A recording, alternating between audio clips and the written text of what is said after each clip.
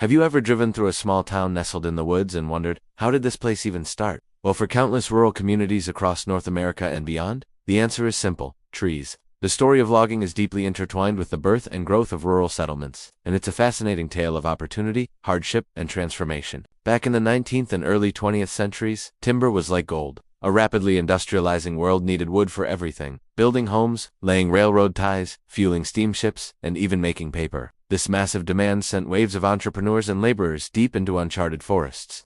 They weren't just there to cut down trees, they needed to live. And so, the first logging camps were born. These early camps were often temporary and rugged, little more than a collection of rough-hewn shacks.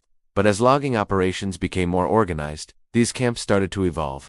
A sawmill would be built, usually powered by a river, becoming the economic heart of the area. Suddenly, you have a stationary hub of activity. The sawmill needed workers, and those workers needed places to live, food to eat, and supplies. This is where the settlement truly begins to take shape. A company store, or commissary, would often be one of the first permanent buildings, providing everything from flour and bacon to boots and axes.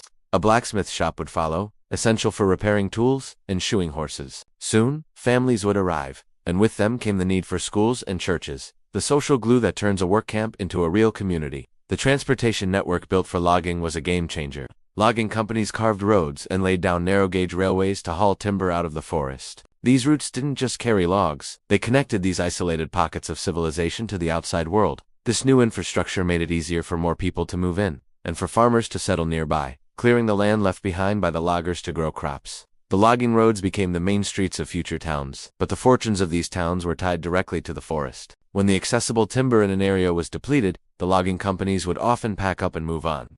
This led to the phenomenon of boom and bust cycles. Some towns adapted, transitioning their economies to agriculture, tourism, or other industries.